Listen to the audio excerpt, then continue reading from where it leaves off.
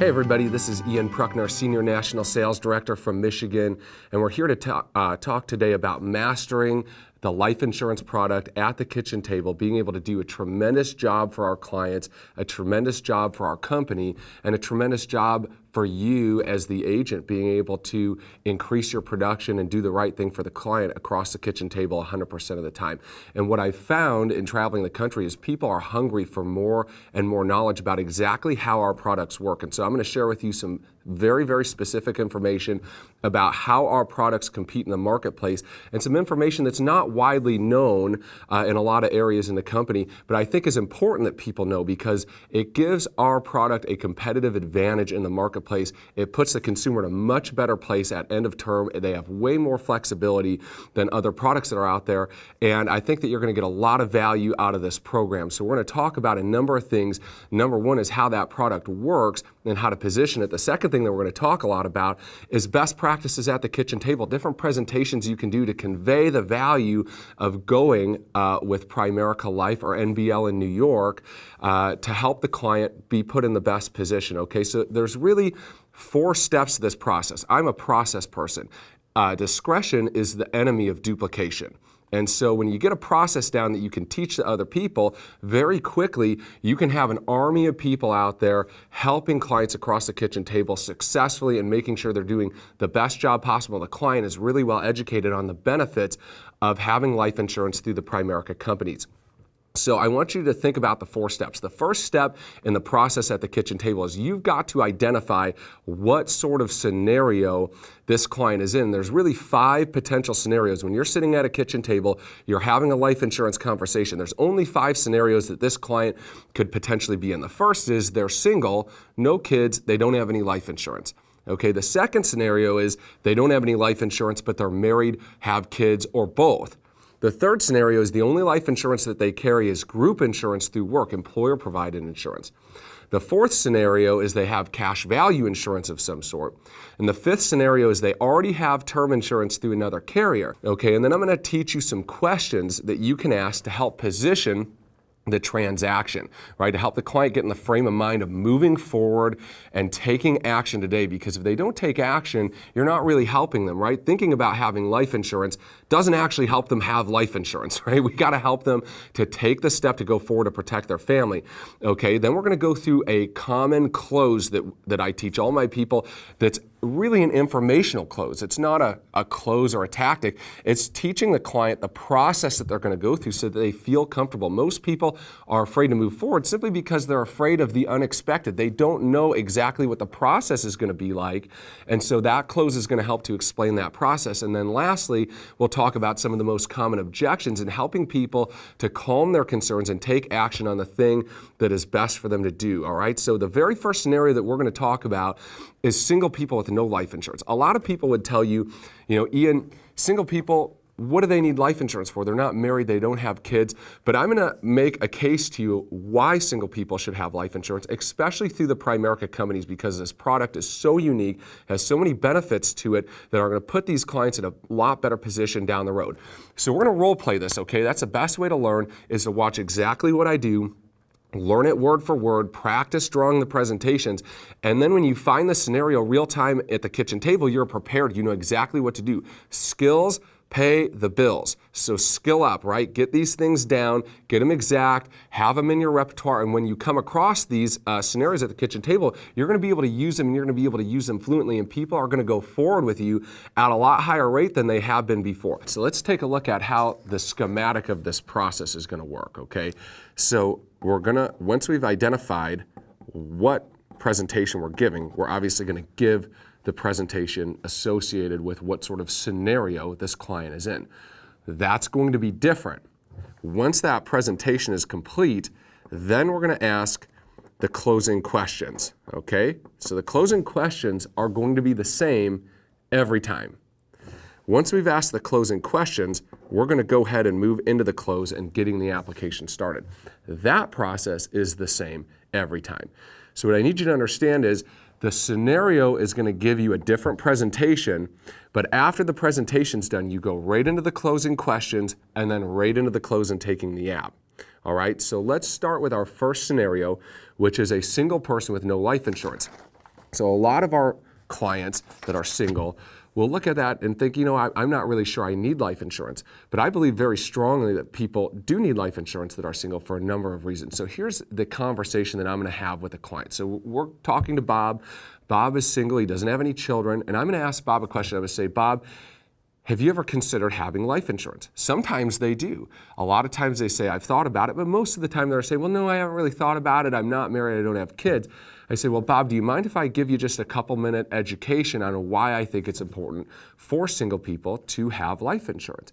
Generally, he's going to say yes, and that's what I'm doing. I'm getting little yeses along the way to a big yes, right? So the presentation that I'm going to use for single people with no life insurance goes as follows. So, Bob, the cost of life insurance is really based on two things, okay? What do you think those two things are, Bob? And I let Bob answer, right? Because I learned a long time ago that when you say it, the prospect doubts every word. When they say it, it's 100% true. So I want to get the client, the prospect, involved in the process so they understand what we're doing. An educated consumer is the best consumer when it comes to dealing with Primerica Life Insurance Companies, MBL in New York. Okay, so the cost, Bob, is based on two things. What do you think those two things are?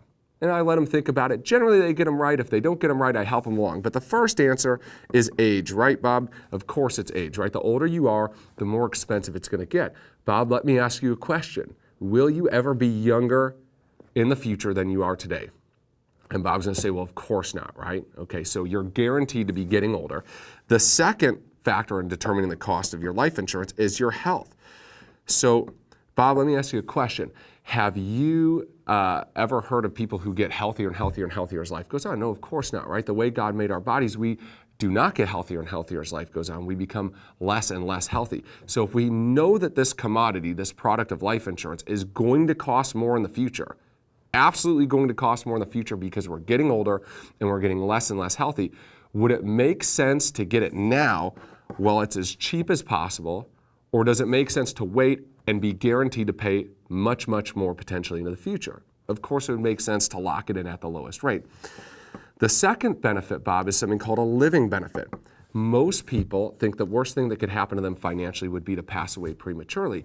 But Bob, in your situation, you're not married, you don't have kids, way, way, way worse than that would be for you to get very, very, very sick, but not pass away immediately, right? Because you'd have skyrocketing medical bills. We all know health insurance doesn't pay for everything. Most people who have terminal cancer, let's say, they're not going from radiation to chemotherapy to work, right? So their bills are skyrocketing because of medical expenses. Their income is going down because they're not working as much or at all, right? So if your expenses go up and your income goes down, Bob, is that a good or a bad thing? That's a bad thing, right?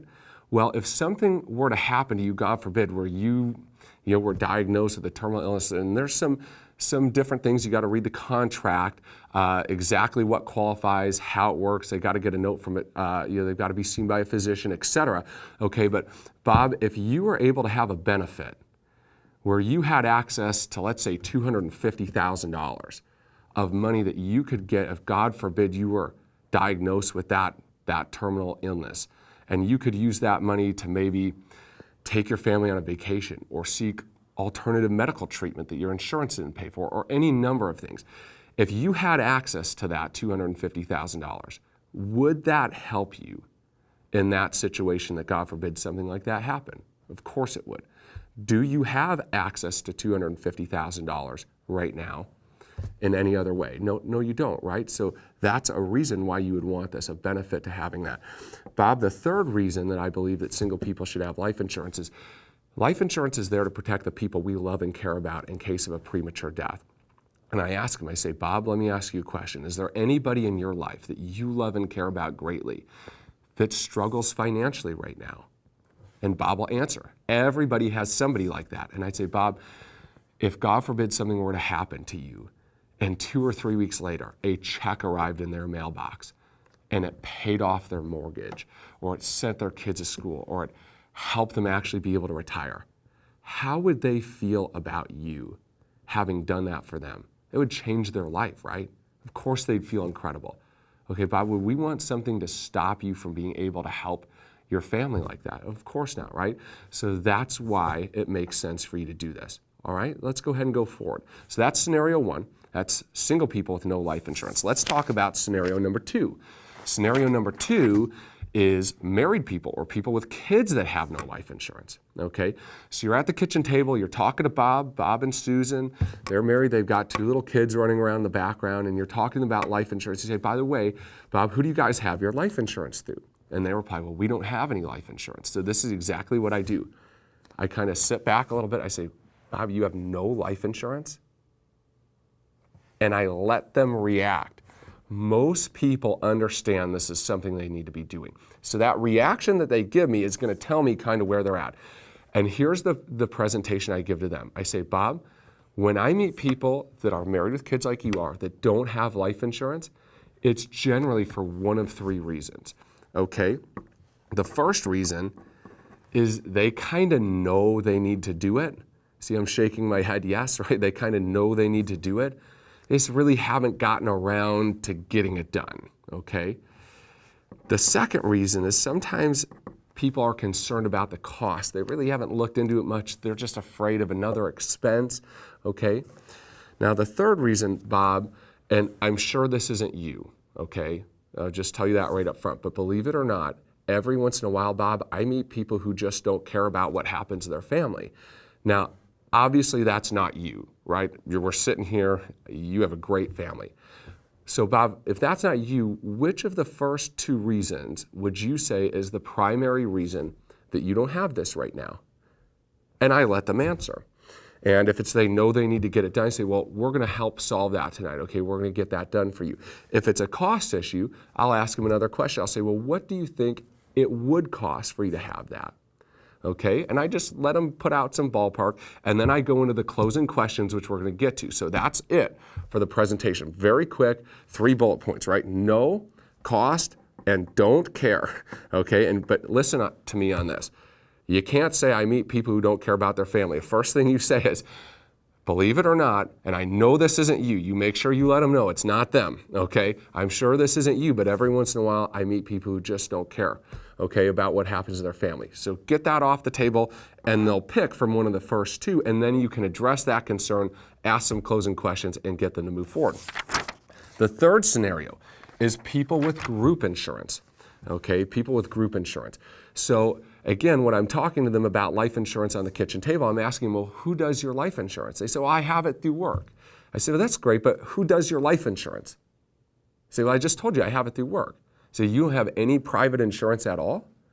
And I ask them with a little bit of question, and I let them react to me. And I want to see where they are emotionally in that. I say, well, is it all right if I give you a couple of minute education on group insurance? And what we always recommend, and what most experts recommend, is whatever you can get for free from work, take. Free is good. Get as much as possible. Okay, but whatever your family would need, you want to make sure that you own privately. Okay, and I'm going to explain to you why that is. Is that okay if I share that with you for a couple of minutes? Great. Okay, so Bob and Susan, really the first reason why we want to have life insurance outside of work is the trend. Okay, every headline you read, every news story you see today, does it show employees jumping for joy outside of their corporate offices and the news anchor saying, employees ecstatic, benefits getting better and better, employees paying less but getting more, everybody's toasting champagne glasses outside of the work? Is that what it shows? They say, no, of course not. Of course not. It doesn't show that, right? It's the exact opposite. Employees shouldering more and more of the cost of their own benefits. Employee benefits going away. Employees going contract so they don't have to be given health benefits and different benefits. The trend in employee benefits is that employees are shouldering more of the burden, more of the cost, and getting less and less value. Would you agree with that, Bob and Susan? Of course you would. Okay, so when it comes to something as serious as protecting our family, and making sure that when we need it, that coverage is there, I don't think it makes much sense to put that in the hands of our employer and bet against a very clear and obvious trend. You would agree with that statement, right? Of course you would. Great. The second thing is you need to be working there in order to be eligible most of the time. There are some policies that have portability riders on them or different features. They tend to get very, very expensive, and they're very, very few and far between. By and large, most of the time, the employee must be employed there to be eligible for their employee benefits, right?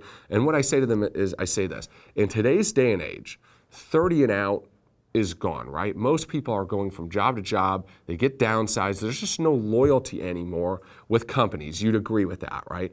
So, what are the odds of you staying at your job forever, never getting a better offer, never starting your own business, never retiring, and just one day dropping dead, right? I mean, it's potential, but it's a small potential. And if the policy is enforced, your employer's chosen to keep it, and that happens, I have no doubt in my mind that you would be paid. The problem is there's a lot of reasons you wouldn't be paid, like you left the job, you went somewhere else that didn't have it, et cetera. So when it comes to something as important as protecting your family's financial future, we don't want to have that tied to our continuous performance at a job we may not like, may not be able to do, or we get a better offer. You'd agree that it would make sense for you to have control of that rather than tying it to your employment status, right? Of course you would. Great. The third issue is generally you've got to be on active payroll. So not only do you need to be working there, okay, but you need to be actively employed, okay? In a lot of cases, if you cannot be on a long-term disability or other things, these benefits shut down. So a lot of people don't understand is, something happens, they get very hurt, they end up in the hospital, they're taking extended amounts of time off work, maybe they're sick, and inadvertently, no cause of their own, they switch from an active payroll status to a disability status, and many times that coverage goes away with their active payroll status. They didn't know, they thought they were all set. When it comes time to pay that claim can be denied a lot of times because they're not on an active payroll. So again, what are the odds of us working at the same place forever, never getting a better offer, never going contract, never retiring, and not getting sick or hurt prior to passing away? Again, so now we're really whittling down the use of this, which is generally why it's free, right? You've heard the saying, you get what you pay for. Okay, so free is great, take as much as you can. But we want to make sure that we have control. We don't want to be having our family sitting in a hospital potentially someday, looking at a time frame and saying, if they go this much longer, we're not going to have an insurance benefit, right? We want to make sure that your family has everything they need to make sure that you have what you need to get better and to fight through it, and not be looking at time frames on a work insurance policy. You would agree with that, right? Of course you would. The fourth benefit is a living benefit, okay? And on our product, there's a living benefit that allows you to take 40% up to $250,000 out while you are alive. If, God forbid, you were diagnosed with a terminal illness, you had 6 months or less left to live, there's some other factors there that you need to look at, policy size and other things, okay? But that you can take out while you're alive, that you could take to get medical treatment, maybe some different avant-garde medical treatment, things that are not readily available. Maybe your insurance wouldn't pay for them, pay your bills, pay your mortgage off, maybe take your family on a vacation. And if, God forbid, you ever found yourself in a situation where that happened, and you had access to a benefit of $250,000, okay, maybe less, maybe a little more depending on the structure of your policy, but if you had that, that would be helpful in that situation. You would agree with that, right? Well, your work policy does not have that. There's no living benefit associated with your group insurance at work. Okay, so that's another reason why it makes sense. So whatever you're getting for free, great. But anything that you need, we need to get privately. Now you understand why, right? Okay, very good, great. Let's go ahead and get that process started.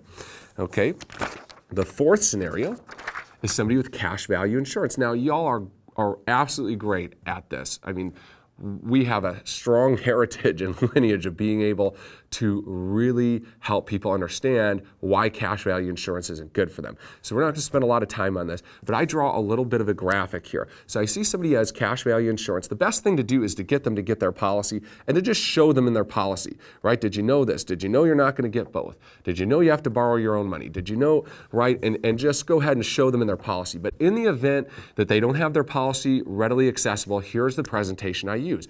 So I say, great, so let me give you a couple minute tutorial, Bob, if it would be okay, on how your cash value insurance policy works, okay? Because I want you to make sure you understand it, because I believe that when you understand it, you're not going to want to continue with it and you're going to want to do something different, okay? So cash value policies are very, very expensive. They're many, many times more expensive generally than an equal face amount on term insurance, okay? So it's very expensive. And the money's going in two sides, okay?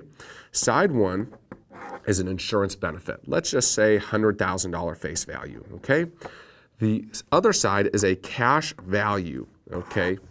So there's two sides. Money's going to insurance and then a cash value, okay? There's three problems with the cash value account that the insurance salesperson who sold this to you conveniently forgot to mention, okay?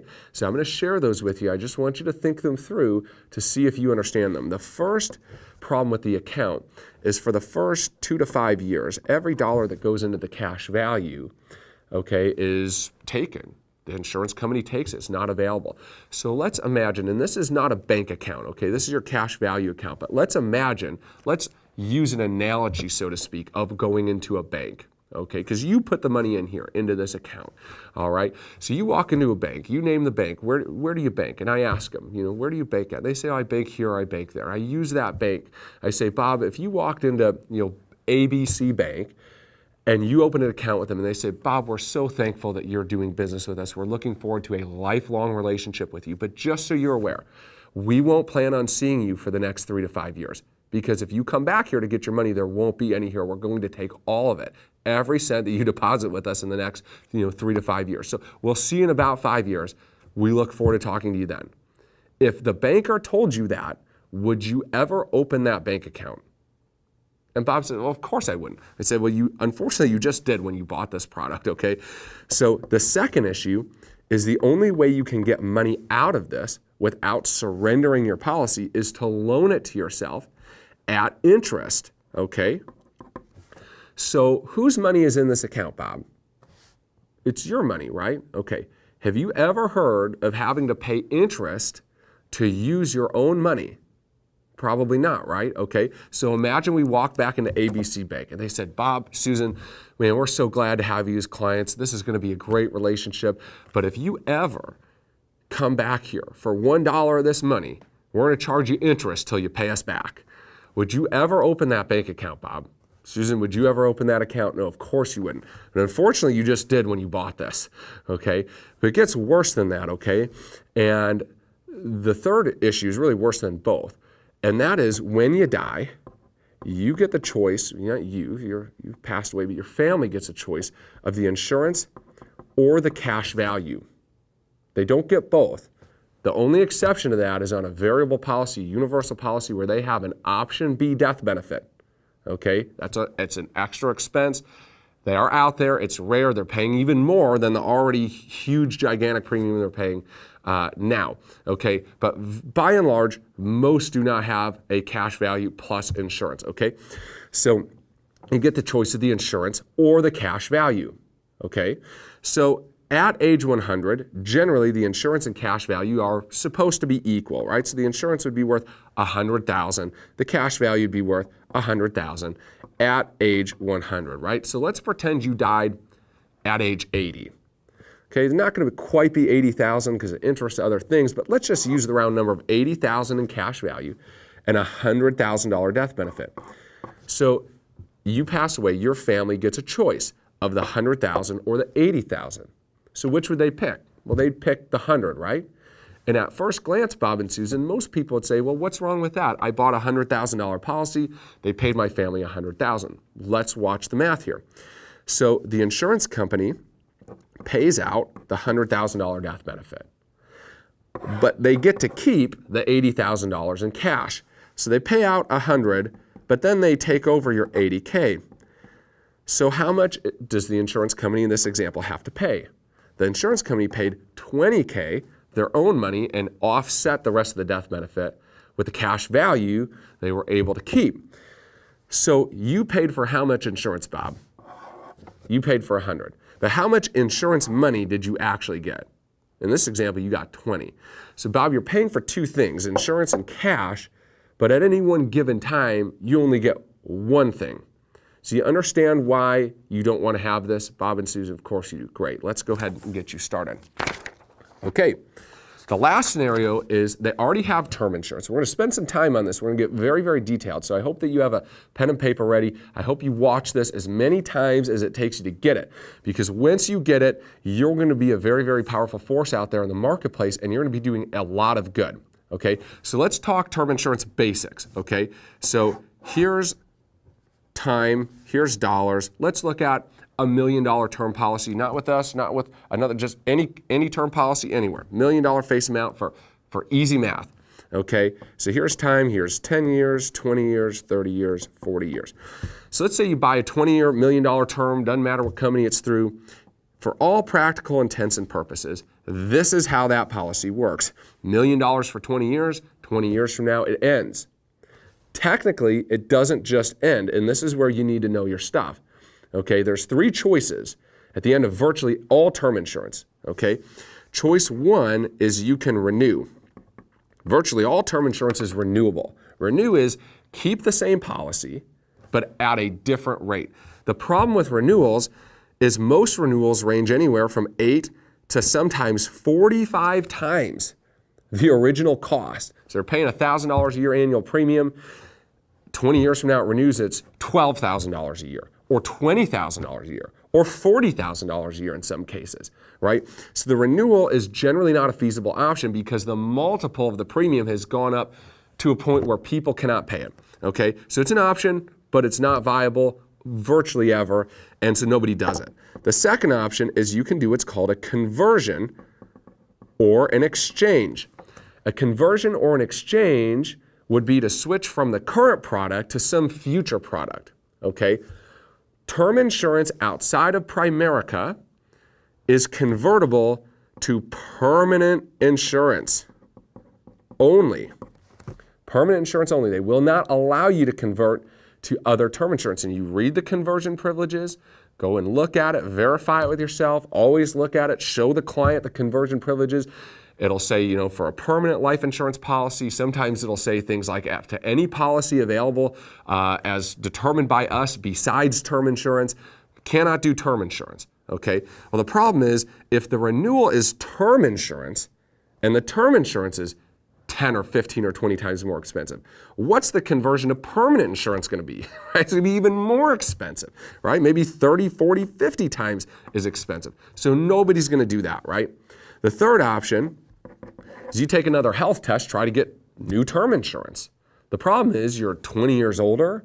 Who knows what's happened to your health? You're going to pay more because you're older, obviously, but a lot of people are not able, as life goes on, to continue to prove into the premium rate classes that they had before. So now they're not only older, but they're getting, you know, substandard ratings, or they're moving from a preferred to a standard rating, and sometimes they become uninsurable. So I want you to understand this and look at this graphic, because this is not how people's need for life insurance works. People's need for life insurance does something like that, right? It's a theory of decreasing responsibility. Today, a high need for life insurance, eventually a low need for life insurance, right? If here's an asset column down here, right? Today it's low, but over time, the asset column is going to go up, right? You've seen this 1,000 times. But in practice, term insurance after time 1 virtually never gets the client, not never, but virtually never, gets the client to the point where they are self-insured. We know the statistics in the United States and in Canada today, right? Savings rates are near all-time lows. People do not have enough money statistically to retire, you know, in their 50s and 60s like they used to be able to. People are having to work. They're carrying debt loads longer. They have not saved enough. They need more money than ever saved. You know, so there's a lot of factors that are causing people to need term insurance longer. Okay, so watch this. When you find somebody with term insurance, there's 3 scenarios. 1, you are playing cheaper, right? So they have a 20-year term. They're 2 years in. You show them a 20-year term with us, it's flat out cheaper, wonderful. Go ahead and do some closing questions, do the close, take the app, no problem, okay? Those are easy. Thank goodness for expensive term insurance companies that are out there, right? Okay, but there's 2 other scenarios on term insurance where it's not that cut and dry, and you've got to learn how to master this product and be able to master communicating the product to the client, because a client is going to be put in an incredible position by switching their life product over to the Primerica life companies, right? Because of our end of term conversion feature, okay? So two other options, right? Number one, it's cheaper. Number two, it's not cheaper because you're competing at some sort of a disadvantage, right? They had a 20-year policy, they're 3 years in, right? So the 3 good years are gone and you're going in a new 20-year policy. So you're taking them 3 years longer than their original one has. You're trading good years for bad years. It's going to be hard to compete on price. But price is only an issue in the absence of value, and you've got tremendous value that nobody else can give across the kitchen table, and I'm going to explain that to you. So it's not cheaper, okay, but there's a need beyond the term. There's a need beyond the current term, okay? And the third scenario is it's not cheaper because of whatever factors are being considered. They're older now, et cetera. This is not cheaper in monthly premium. And there's no need for insurance beyond the term. Those are the 3 scenarios, okay? So here's how we identify which scenario we're in, okay? And then let me give you some presentations and some generalities, right? And let me stress to you, you need to read these tables. You need to get very, very familiar with how the conversion tables work to the decreasing term, okay? Because it's different all the time. It's dependent on their age when they convert. It's depending on the health class they had. It's depending on the total face value they had for the original policy. There's some factors that make things different. So I'm going to speak in generalities, but you're going to get the concept and you're going to get the power and value of this product here, okay? So again, here's term insurance in general, right? Time, dollars, here's the $1 million, 10 years, 20 years, 30 years, 40 years. Okay, so what I do, say we're dealing with a client, 20-year term, $1 million face value, they're 3 years in, okay? So they got a 20-year term with company ABC, $1 million face value, 3 years in, so they have 17 years left, okay? It's not 20 years left, 17 years left. I ask them this, I say, Bob and Susan, let me ask you a question. Your policy is going to come up in 17 years. Can you tell me today, beyond a shadow of a doubt, absolute certainty, that you're not going to need $1 of this life insurance in 17 years? Okay, let me say that again. Bob and Susan, can you tell me today, beyond a shadow of a doubt, 100% absolute certainty, that in 17 years, you're not going to need $1 of this life insurance? That is a $1 million question, guys. Okay, you get that down. You ask that every time you come across a term that price to price, you're playing a different ball game because of the feature of the policy and how long it's been enforced. Okay, this is going to help you help a lot of people, and it's going to help you help yourself in creating, the ability to help more people move forward. Okay, so virtually always the answer to that question is no. Right? The answer to that question is no. In 17 years, I'm not totally certain that I'm not going to need any insurance. If the answer to that question is no, guys, the sale is done. The sale is made right there. If you can explain what I'm going to show you, sale's done. Price doesn't matter. Guys, I've helped clients where the current premium prices are many percentages more than they're currently paying, but it's going to save them enormous amounts of money over the total amount of time they're going to need life insurance. So here's what I do. I say, great. So Bob, let me draw you a picture real quick of how your policy's working for all practical intents and purposes, right? So, here's your $1 million, and it's going to be there for the next 17 years. And then 17 years from now, it goes away. It doesn't just go away, but like I just showed you in your policy, right? So I show them the renewal rate, and I ask them, are you going to pay this? Right, it's $1,000 a year now. It goes to $13,000 a year, right? So it went from $1,000 a year to $1,000 a month. I ask him, "Are you going to pay this?" And his answer is going to be no. No, I'm not going to pay it. Great, but you told me you're going to need some coverage probably beyond that time, right? Right. Okay. Well, then the policy that you have is not going to work for you. You'd agree with that, right? Because for 17 years you're good, but then you're not going to be able to keep this, right? Okay. So let me ask you this, Bob. What if I were able to get you a policy that did something like this?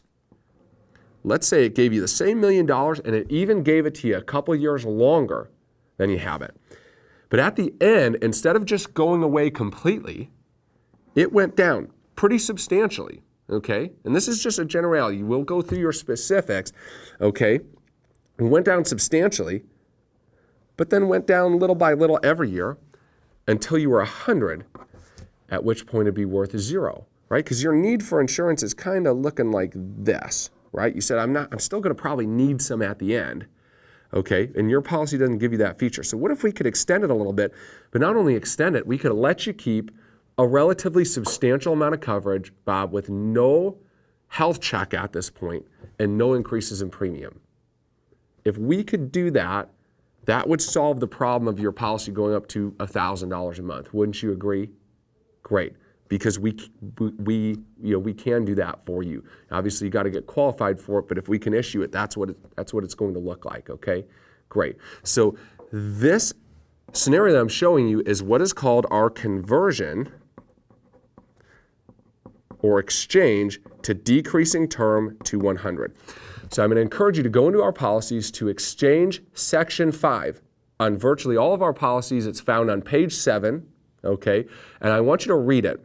And what it says is it says that you can exchange this policy at any time after it's been enforced for 5 years to the annually increasing premium term insurance to age 100 or to the decreasing term insurance to age 100 plan described below. If the exchange is for the same class of insurance, we will not require evidence of insurability. Okay, I have this memorized. I can visualize this paragraph as I'm reading it. What does this mean? What does this gobbledygook mean? It means the difference of having insurance in later years and not having insurance in later years for the client.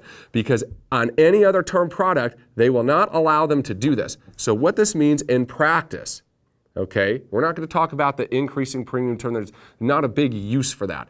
But the decreasing term is totally in alignment with our philosophy of theory of decreasing responsibility and the fact that most people are not going to be able to be totally independent of term insurance after their first term. So what Primerica says is regardless of your health, you could be uninsurable anywhere else, have a heart attack, stroke, nobody will give you insurance for any money. Primerica doesn't care. At the end of your term, we're going to give you another term product in the same class of insurance, same health class that you had before. Okay, and the way the decreasing term works, it's a function of $100 of basic annual premium. It means that they're paying $1,000 now, they will have a choice at the end to keep paying $1,000 a year. Okay, and that $1,000 a year will buy them a certain amount of coverage in that year, right? Depending on their face value when they first got the policy, their health rating, and the age they are when they convert it. But guys, listen, nobody else out there is allowing people to keep term insurance without a health check at the same price they had before. Granted, they're getting less, but they need less. So you went from taking a client that said they had a heart attack here, when they get to that 17-year period on that original term policy, they're out of luck. They're not going to have insurance is what's going to happen. And this need here is going to go unfulfilled. But with Primerica, not only in this case would we be able to expand it out some, right, but we'd be able to continue meeting that need, although lower, with no health check, no increases in premium. Nobody is making that promise across the kitchen table besides Primerica. When you really understand the impact that that clause has to a client and their future need for insurance, you will be as sold as I am that this is the right product for the consumer. It gives the consumer choice and control at the end of term that they have nowhere else. Everywhere else, they're at the mercy of their health. They're not healthy, they're not getting insurance. Okay, here, that's off the table. We guarantee you the same rating class to a decreasing term. Here's the other cool thing. You can actually buy this up. So now let me talk to you as an agent so you understand exactly how this works and then can convey it to the client, right? So I'm not saying this specifically to the client, but I want you to understand it.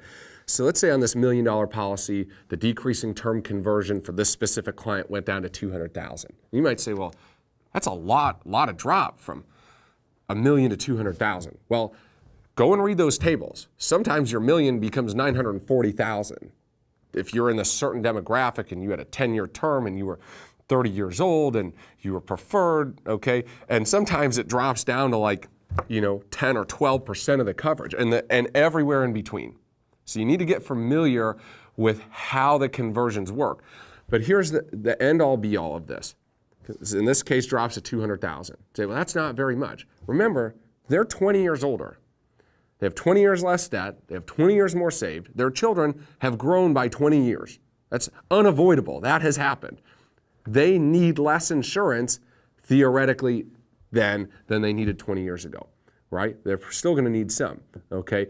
And remember this, they had a heart attack over at this point. They're not getting a nickel of insurance for any amount of money from anybody, right? Okay, on a new issue. And so they're thankful to have that. But what if you wanted more than the $200,000 in that case? Believe it or not, with the Custom Advantage product, you can buy that decreasing term conversion up. Say you're paying $1,000 and it gave you 200 grand. Well, theoretically, you would be able to double it, say, you know what, I want 400 grand. Okay, well, then your premium went from 1,000 to 2,000 a year, but it didn't go to 30,000 a year or 10,000 a year. It was manageable. The client has control and choice. And control and choice are two of the most important things when it comes to people's finances, right? So this is how you explain the value of the decreasing term. And remember, the million-dollar question, are you able to tell me today with 100% certainty, beyond a shadow of a doubt, that you're not going to need $1 of this life insurance in so many years? And the answer to that is no. The sale is made because this product simply meets the client's needs better, gives them flexibility into an unknown future more than any other product that is available in the marketplace.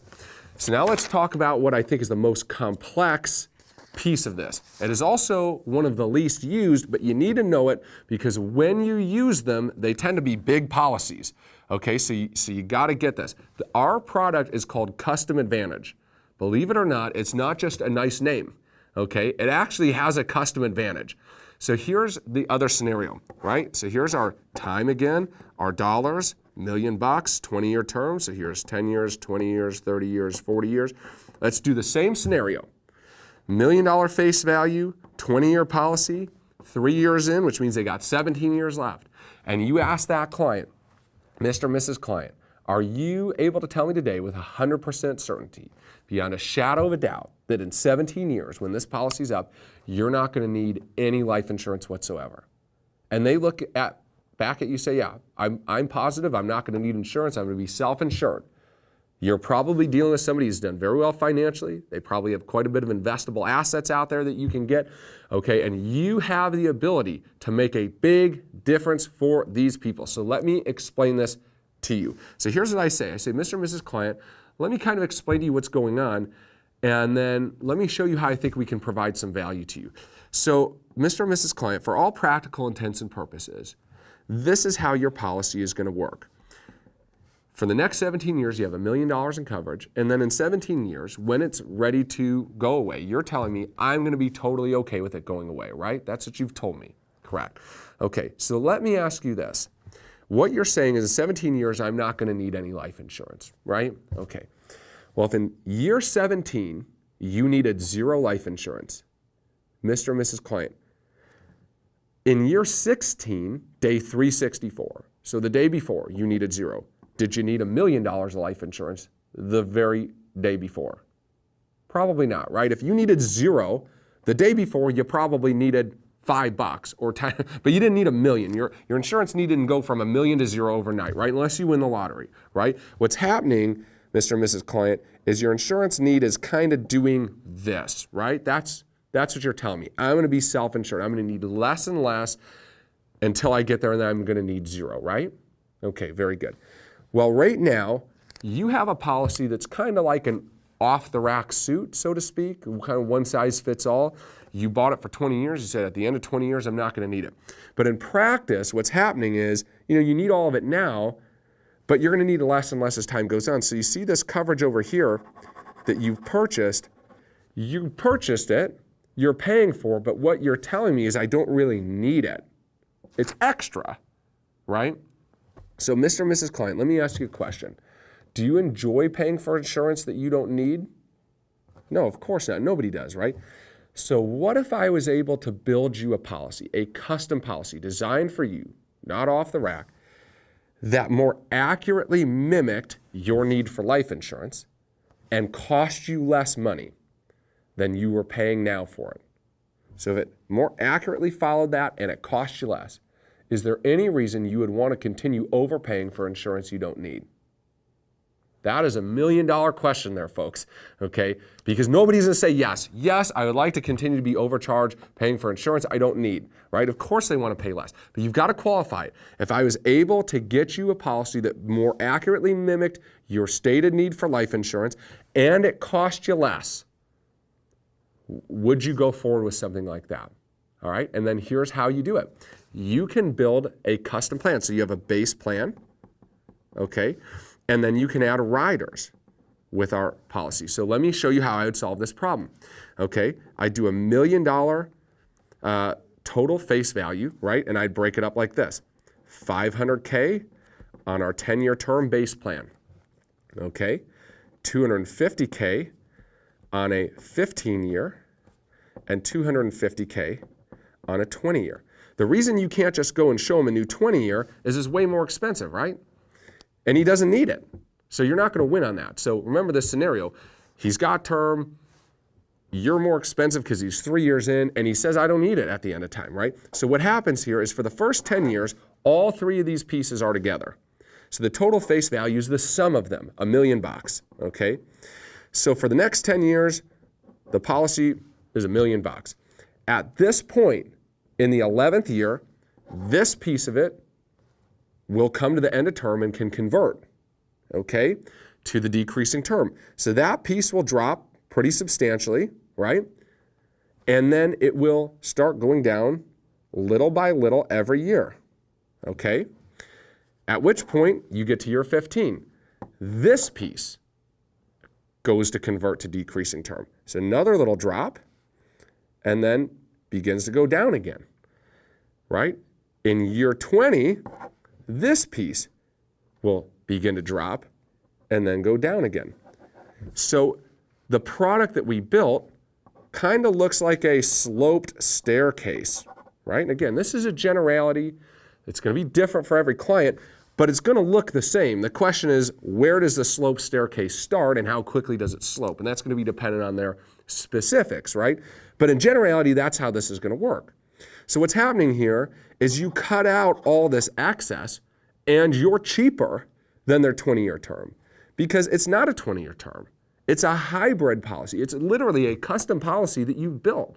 And you can do all sorts of crazy stuff with this. You could choose to get rid of the 15 when it came and just drop it and the premium drops. You can choose to convert them. You can choose to keep them level. I mean, there's so many choices and you don't need to choose today. You can choose then when we see what the client scenario actually looks like.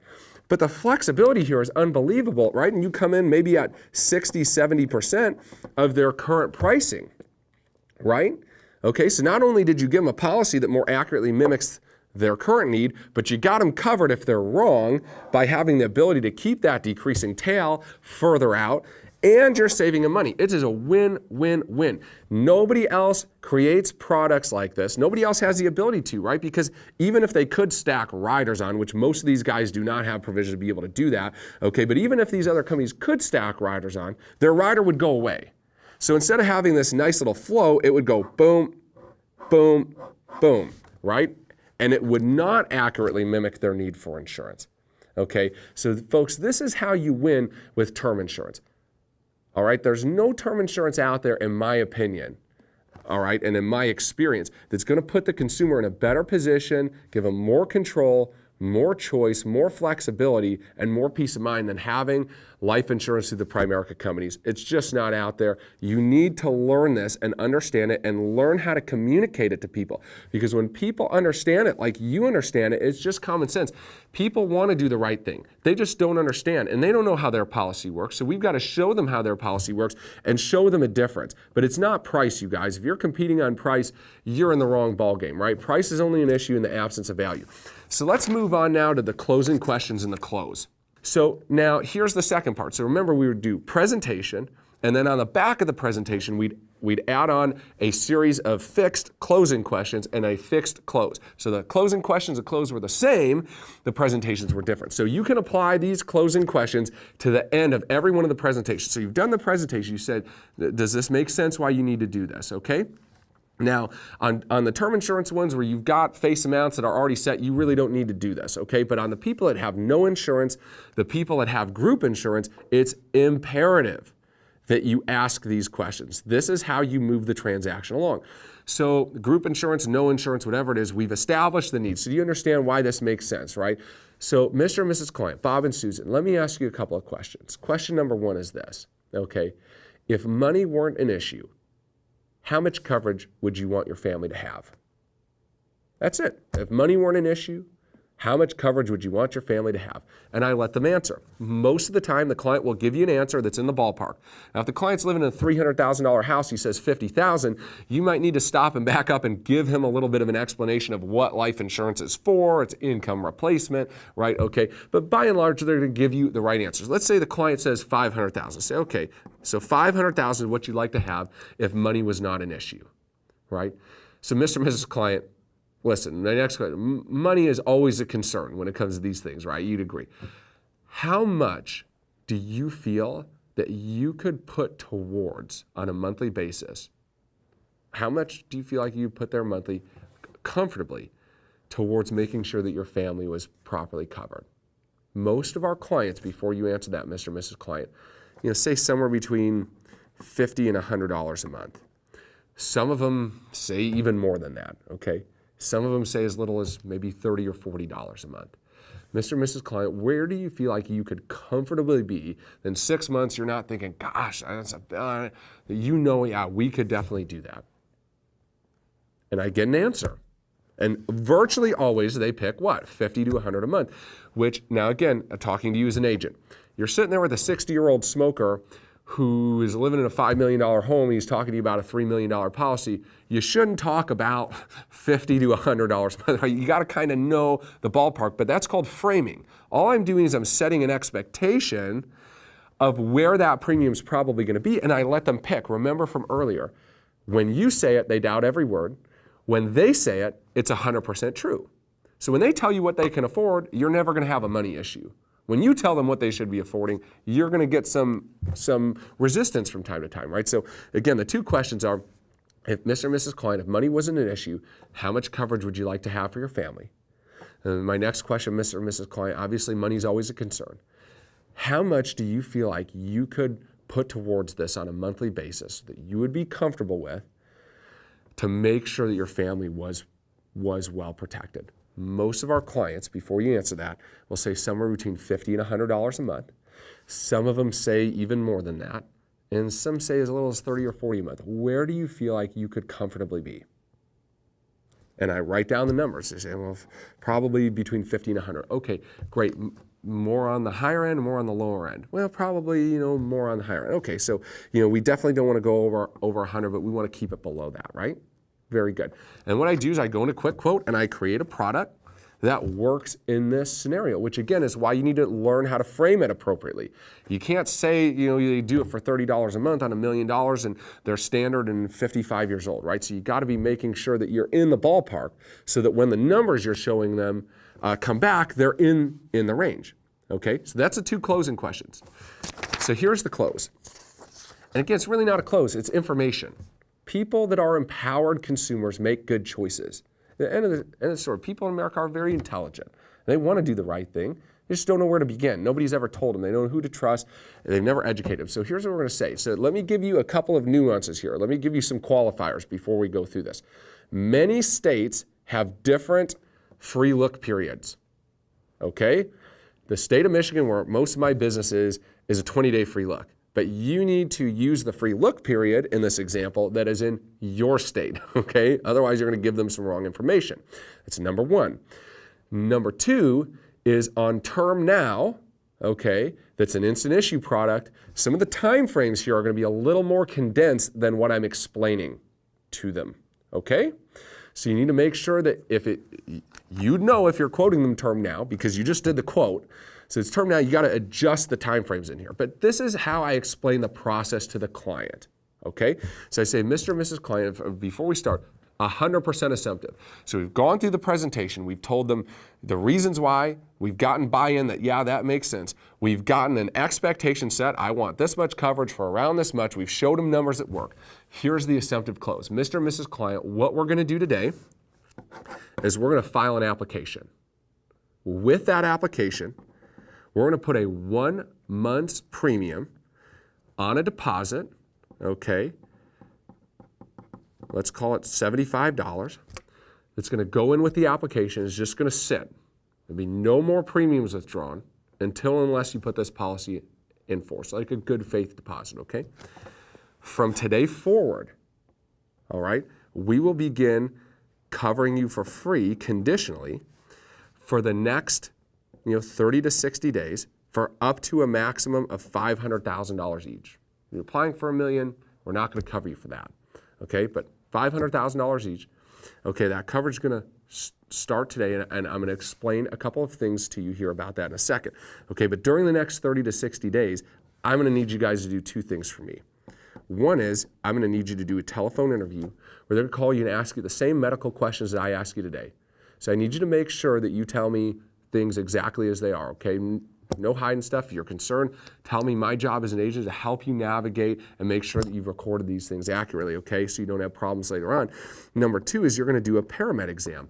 Blood, urine, vitals, maybe a resting EKG or a full EKG. It will be paid for.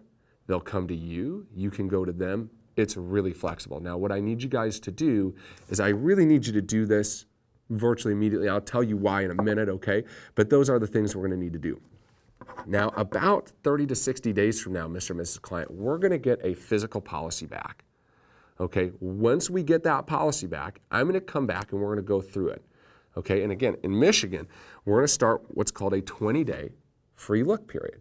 So in that 20 days, Mr. and Mrs. Client, you guys have three choices. Choice number one is you can say no thank you. Okay, well, why would you do that?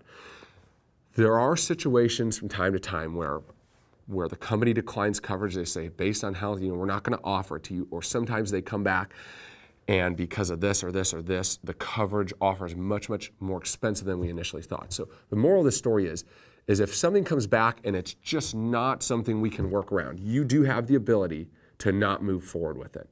If you choose to do that, the money that's sitting on this deposit will be refunded to you in full. So Mr. and Mrs. Klein, I just need you to understand, there's no risk to going through this process, okay? It doesn't hurt you to try this, okay?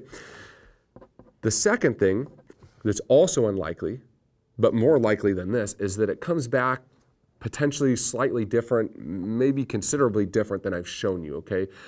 As much as I'm gonna do my best to guide you the right way, I'm not an underwriter, okay? And I'm not gonna make those final decisions. So it may come back and we may wanna make some changes. We can increase it, we can decrease it, we can change the term length around. Within that 20 days, there's no issue. So if it comes back as a little bit different, we can make changes, okay? So we're not set in stone today on what we're applying for, okay? We'll be able to make some choices once we really see what it is, okay? Mr. and Mrs. Client, the third option, this is probably what's gonna happen, is it's gonna come back exactly like I've shown you, okay? And you're gonna say, this is good, this is exactly what we've talked about, I wanna keep it. So at that point, you're going to sign the policy into effect. The money that's on deposit is going to come out, and it's going to pay 1 month forward, okay? So let's say it's the month of March, hypothetically, right now, okay? So Mr. and Mrs. Client, March and potentially some of April, depending on how long it takes you to get underwritten, okay? But let's just call it March. March, you're going to be covered for free for this conditional coverage amount. April rolls around, the policy issues. April will be paid for, Mr. and Mrs. Client, by what? I circle it. I make sure they understand from the deposit, okay? This ensures the client understands that there's going to be money coming out of the account right now, and they understand, it ensures they understand what's going to happen with it, right? It's either going to go back or it's going to apply to the premium. So sometime in May, in this example, you'd start paying your premiums. So Mr. and Mrs. Klein, what I'm going to need from you is just your driver's license, and I'm going to start asking you some questions. So if you get that for me, that'd be great. And that's it. People are afraid of making a bad choice. This educates them in great detail on exactly what process they're going to go through, the time frames, sets their expectations, lets them know their opportunities at the end, and it sets the expectation that if things don't come back as we want them to come back, that we're not stuck into something here, that we can work together. It sets a stage for a great relationship. So I start taking the application, okay, and here's where I go back to this, and I explain conditional coverage, because there are many that don't understand conditional coverage the way that it needs to be understood. Conditional coverage on a Primerica policy, okay, through any of the Primerica companies, MBL in New York, Primerica Life, and the rest of the country, they don't understand how it works. It sort of turns on and off throughout the interim, right? As soon as there's a requirement, as soon as a medical requirement's issued, and it's not done, that coverage shuts off. So when I'm typing it in, I say, Mr. and Mrs. Client, remember I told you you're going to need to do the telephone interview and the paramed exam, right? Here's what I need you to do. They're going to call you over the next couple of days, okay, and I need you to promise me that you will get that call returned as soon as possible. Now, listen, if you're at work or something you can't pick up, that's fine, but I need you to promise me that you're going to return that call immediately, because as soon as they have a requirement for that and it doesn't get done, they're going to shut down that free coverage temporarily, okay? Now, as soon as you do it and you comply with it, you're good, right? They do the paramed testing, right? They schedule it, it's not done, you're not covered. Now, as soon as it's done, that coverage turns back on. So what I want to do is I want to eliminate down to an absolute minimum the amount of time that coverage is off, okay? So it should, if you get it done quickly, it'll be on virtually the majority of the time. But if you don't, then you might be in this little bit of a gray area. And again, I'm doing this while I'm taking the app. I've explained to them what's necessary, and now I'm reiterating, right? I'm essentially post-closing them on making sure they quickly do the paramed and quickly do the telephone underwriting, right? And that helps you get the policy issued quickly, helps you eliminate not takens. It's really a powerful thing, okay? So the last thing we're going to talk about is really a 4-step process to overcoming objections, okay? And, Hector's got incredible things. Keith Auto has incredible things. You guys are great at overcoming objections. But I'm going to teach you my process on overcoming objections on people who have no life insurance or only group insurance, which is essentially having no life insurance, no private life insurance anyways, right? Okay, people who have life insurance, they're going to have different objections. I want to talk to my agent, right? I need to think about it, blah, blah, blah, all these different things. And we're not going to take time on this program to cover those. There's resources elsewhere. But what I feel like I can bring you value on is people who don't have coverage. So always remember this. People that don't have life insurance, that need to have life insurance, have a habit of making poor financial choices. That's why they're sitting in front of you with their family completely unprotected. Never forget that.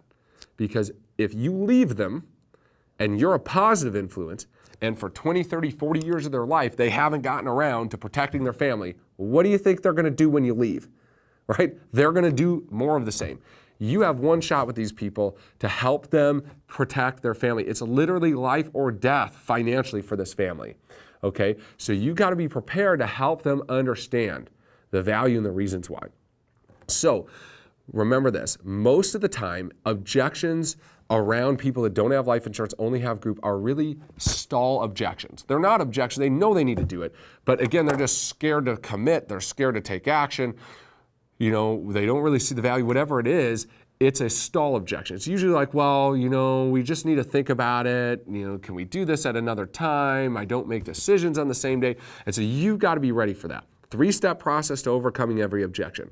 Number 1, affirm them, okay? Nobody wants to be argued with. What do you mean you need to think about it, right? Okay, affirm them. Mr. and Mrs. Client, wow, I really appreciate you for saying that. I'm the same way. I don't like to make decisions right away either, okay? The great news is, today's not decision day. All we're doing, and we're back to that A diagram, all we're doing, I circle it, is applying today, right? And we're going to get underwritten, we're going to get a policy issued, okay?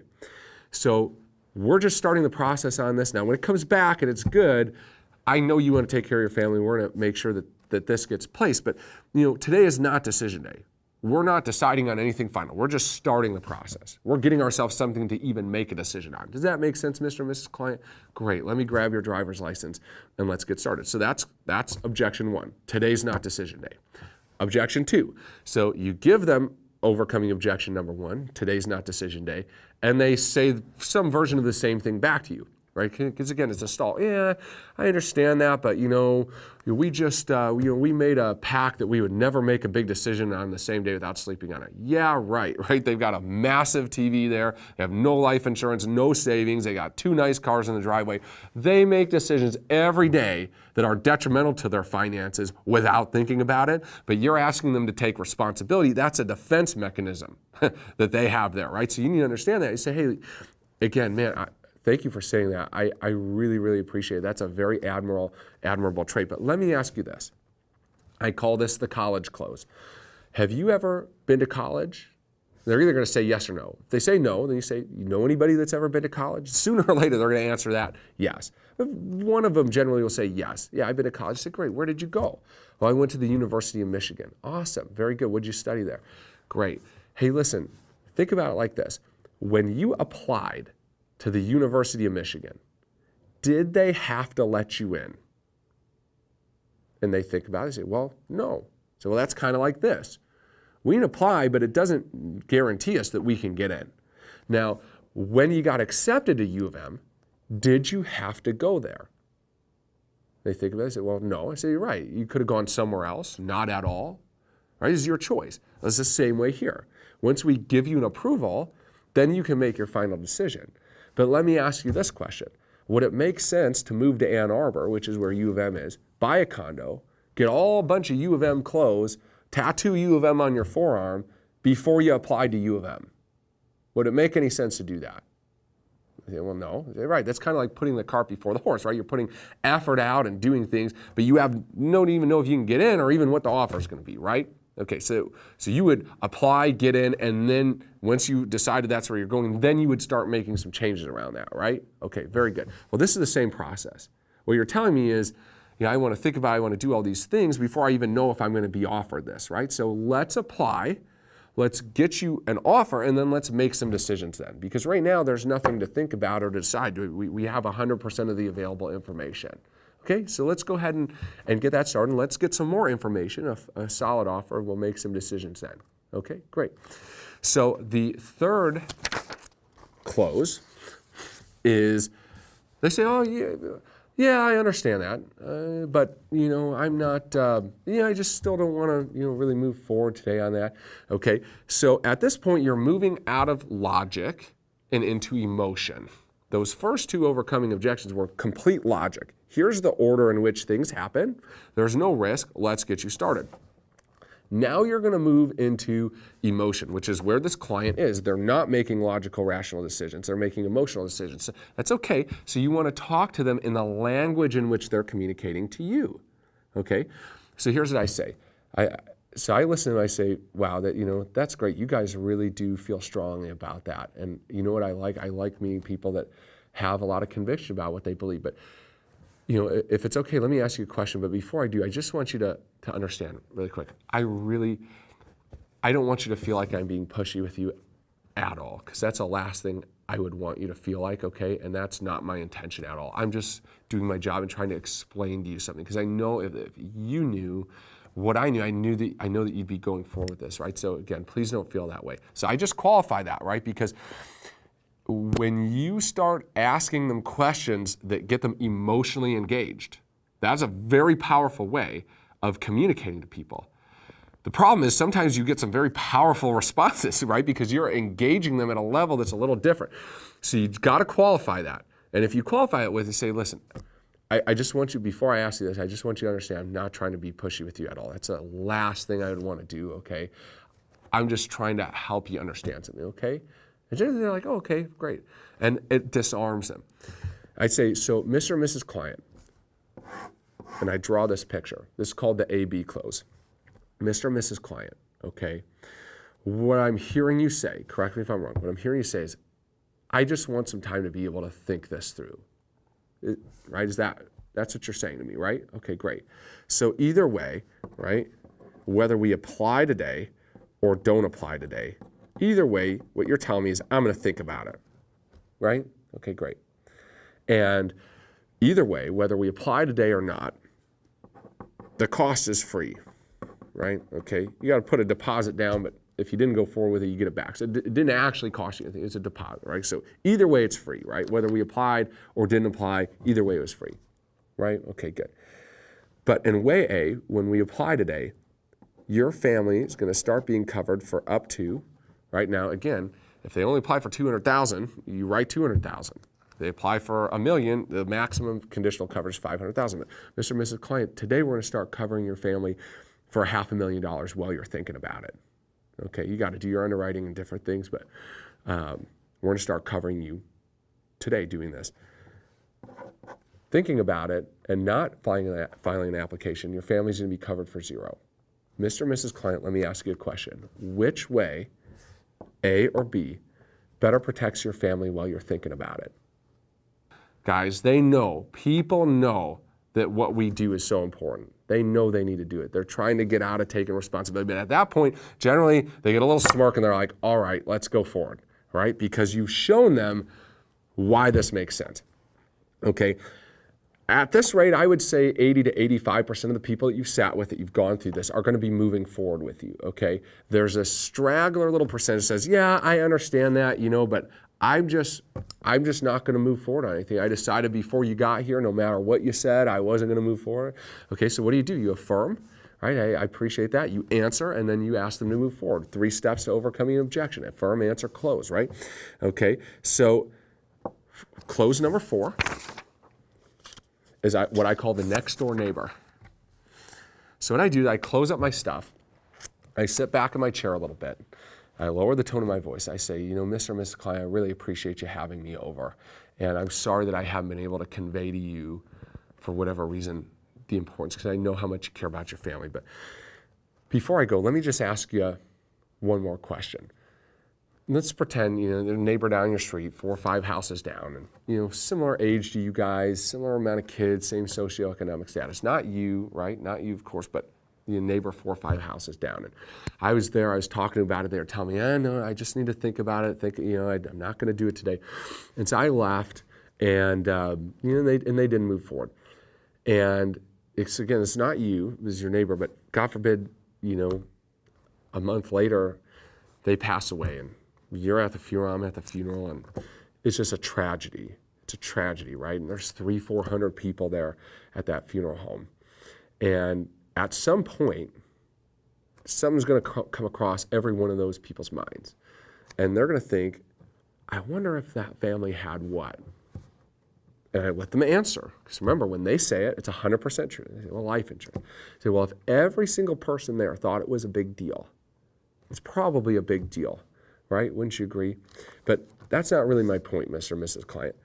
Imagine I was there at that funeral home, and that widow's father found out, right? So it's grandpa, daughter's all alone now, trying to raise 2 kids, no money.